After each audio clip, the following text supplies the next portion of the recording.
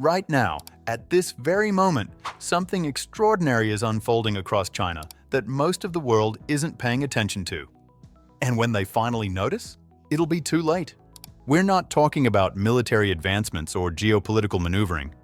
We're talking about technological infrastructure being deployed at a scale and speed that defies everything we thought we knew about implementation timelines. Trains levitating at speeds that rival commercial aircraft. 6-year-old children mastering artificial intelligence. Cars that literally dance, float, and drive themselves through flooded streets. Entire cities operating without cash, cards, or even smartphones for payments. This isn't speculation about what might happen in 2030 or 2040. This is operational reality in 2026.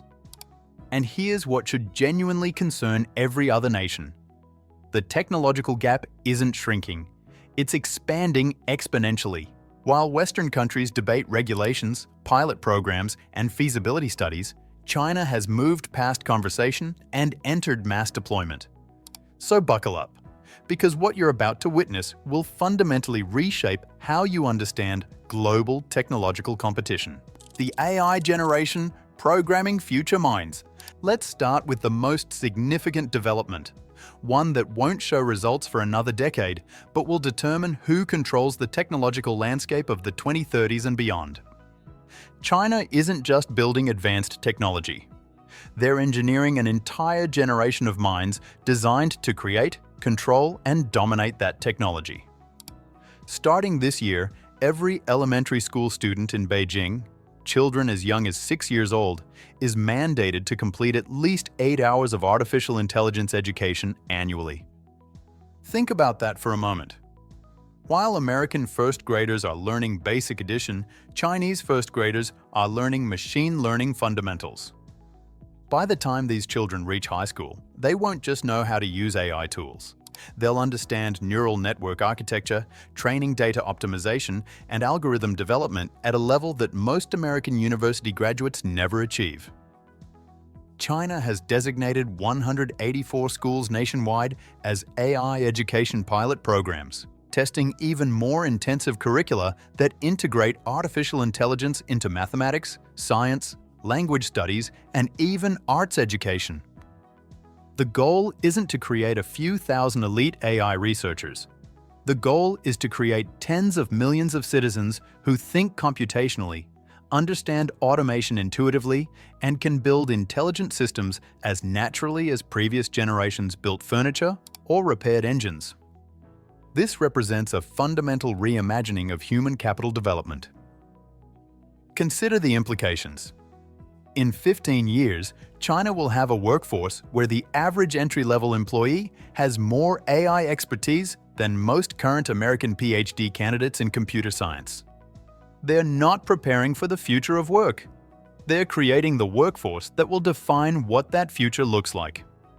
And while this educational transformation unfolds, China is simultaneously deploying the technologies these students will eventually master and improve. The country is now developing a new generation of maglev trains designed to move at speeds once reserved for aircraft. At the center of this effort is the T-Flight project, a prototype maglev train built to reach speeds of up to 965 kilometers per hour. At that pace, the line between rail travel and air travel begins to disappear. Reaching such speeds requires overcoming fundamental physical limits. The first solution is magnetic levitation. Maglev revolution, redefining ground transportation. Now let's talk about something that sounds like science fiction, but operates as mundane transportation infrastructure in China: magnetic levitation trains. These aren't experimental prototypes showcased at technology exhibitions. These are operational transit systems moving millions of passengers. Recent tests of China's newest maglev system achieved 404 miles per hour in just 7 seconds of acceleration. That's faster than most commercial aircraft during takeoff, and this is ground transportation. But here's where it gets genuinely mind-blowing. In controlled testing environments, experimental Chinese maglev trains have exceeded 620 miles per hour. To put that in perspective, that's faster than the cruising speed of most commercial passenger jets. Imagine boarding a train in Beijing and arriving in Shanghai, a distance of roughly 800 miles, in approximately 2.5 hours. Currently, conventional high-speed rail makes that journey in about 5.5 hours.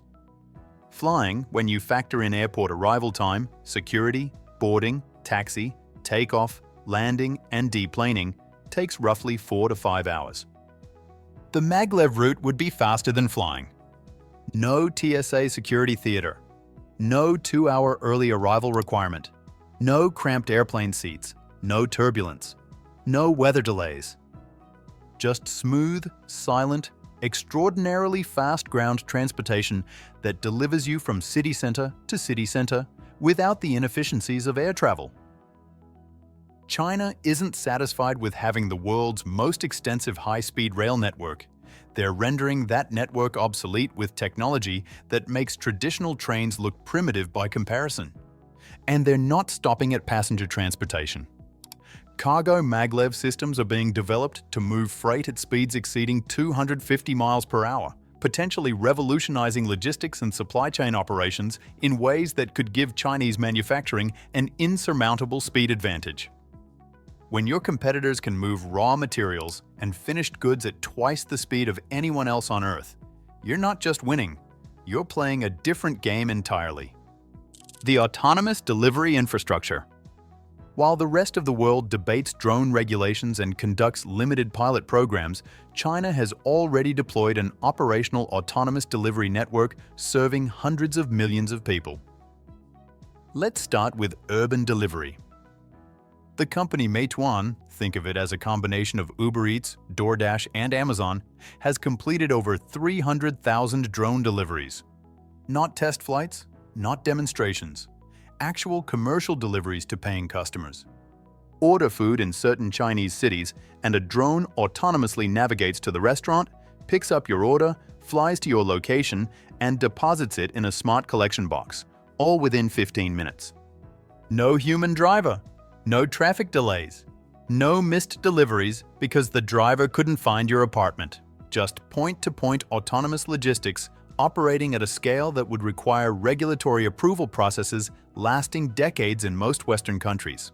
But urban drone delivery is just the beginning. In rural areas, JD.com, China's second-largest e-commerce platform, operates heavy-duty cargo drones capable of carrying payloads between 5 and 30 kilograms. They literally call these systems pickup trucks in the sky. These drones are connecting remote villages that never had reliable delivery infrastructure.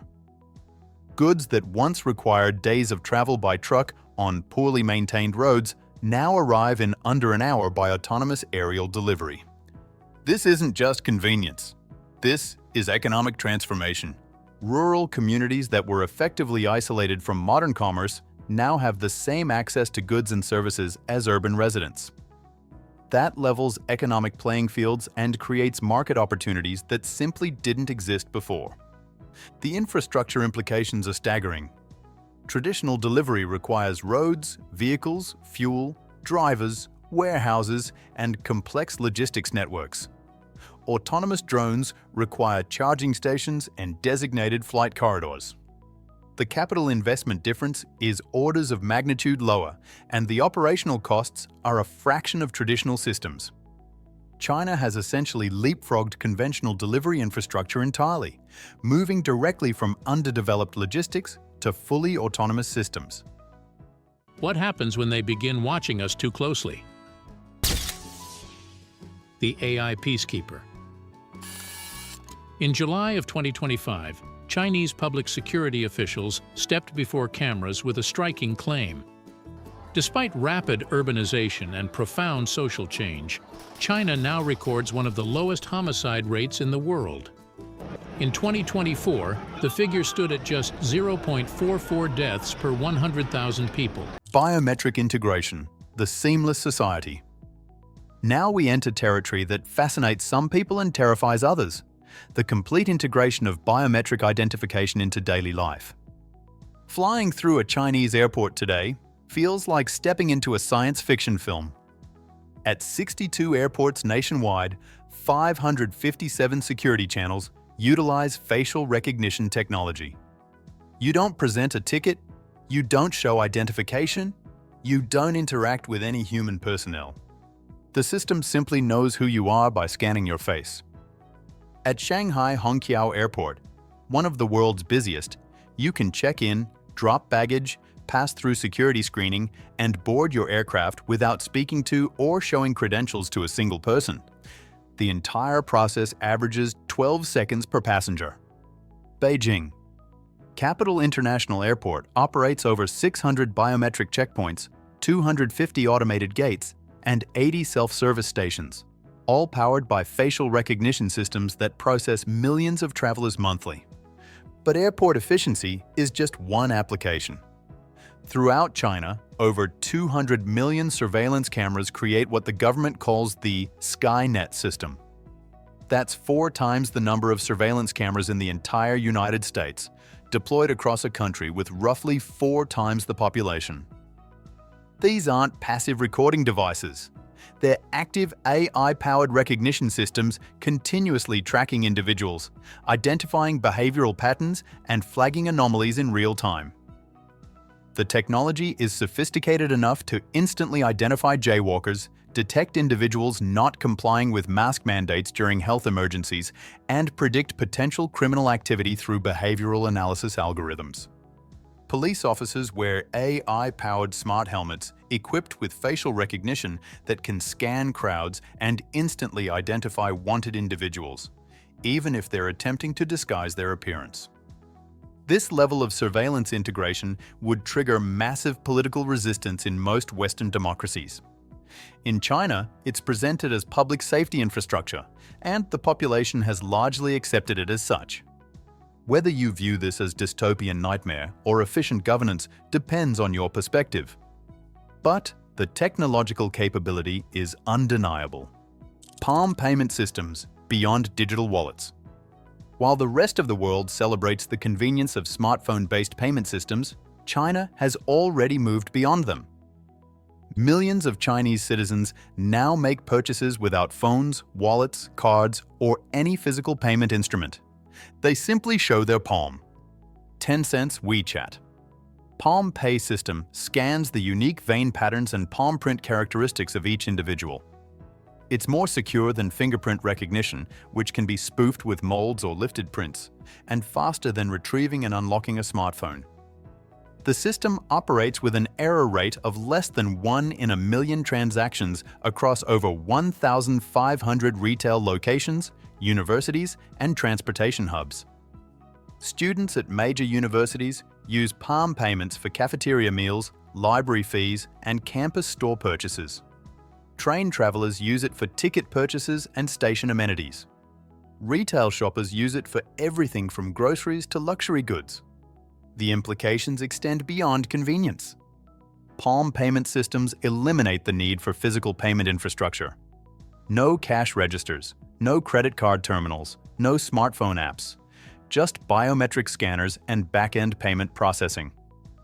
This reduces transaction costs, eliminates fraud opportunities associated with stolen cards or phones, and creates frictionless commerce where the act of payment becomes nearly invisible. But it also creates something else: a comprehensive financial transaction database linked to biometric identity. Every purchase, every location, every pattern of consumption and movement, all tied to an unchangeable biological identifier. Combined with China's surveillance infrastructure, this creates an unprecedented level of individual tracking and behavioral analysis capability. Again, whether this represents efficient modernization or authoritarian overreach depends on perspective. But the technological integration is remarkably advanced and expanding rapidly. The Ministry of Industry and Information Technology granted the country's first production permits for conditionally autonomous Level 3 vehicles. The ride is a little bit juddery. The motion sensors are so sensitive they'll stop for anything that could be a possible obstruction. For the first time, self-driving cars were legally approved for limited use on public roads. 2 models received authorization: the Chang'an Shenlin SC and the Arc Fox Alpha. The approval came with strict limits, reflecting a cautious, safety-first rollout. The Chang'an model is allowed to activate its automated driving system only on designated highways and urban expressways in Chongqing, only during traffic congestion. Electric vehicle revolution, redefining automotive possibility. Now let's discuss an industry where China hasn't just caught up with Western manufacturers, they've left them behind entirely. Electric vehicle technology. Start with charging infrastructure. The perpetual complaint about electric vehicles is charging time. Current fast charging systems require 30 to 45 minutes to add meaningful range. BYD, China's largest electric vehicle manufacturer, just obliterated that limitation. Their revolutionary battery technology, combined with 1 megawatt charging systems, delivers 400 kilometers, approximately 250 miles, of driving range in 5 minutes. Read that again. 5 minutes. That's less time than filling a conventional gasoline tank. This isn't laboratory technology or concept demonstrations. This is production-ready infrastructure being deployed across China right now. The charging power? 1 megawatt. That's 1,000 kilowatts, roughly equivalent to 1,000 times the charging rate of a standard smartphone charger. This eliminates the primary objection to electric vehicle adoption. Charging takes too long is no longer valid when charging takes less time than a bathroom break. But fast charging is just the beginning of China's electric vehicle dominance. The dancing, floating, impossible cars. The IM Motors. L6 doesn't just park, it performs automotive choreography. Using four-wheel independent steering and individual electric motors on each wheel, the vehicle can slide sideways into parking spaces, reduce its turning circle to just 4.99 meters, roughly half that of conventional vehicles, and maneuver in ways that seem to violate the laws of physics. This reduces required parking space by 11%, which sounds minor until you consider urban density. In a city of 20 million people, an 11% reduction in parking space requirements is equivalent to reclaiming hundreds of acres of valuable real estate. But the IML6 looks conservative compared to BYD's Yangwang lineup. The BYD Z9 GT can parallel park by power sliding sideways into impossibly tight spaces, using its electric motors to spin rear wheels in opposite directions while front wheels pivot, allowing it to slip into gaps that seem physically impossible for a vehicle its size. The BYD Yangwang U8 takes automotive impossibility even further. This vehicle can execute complete tank turns, spinning 360 degrees in place without moving forward or backward. 4 independent electric motors rotate each wheel in opposite directions simultaneously. It can crab walk sideways into parking spaces. And here's the genuinely insane part. It can drive into water nearly 5 feet deep, float like a boat, and propel itself through floodwater at 3 kilometers per hour using its wheels as makeshift propellers. Imagine a flood emergency. Instead of being stranded, you drive your vehicle into the water and boat to safety. This isn't concept technology.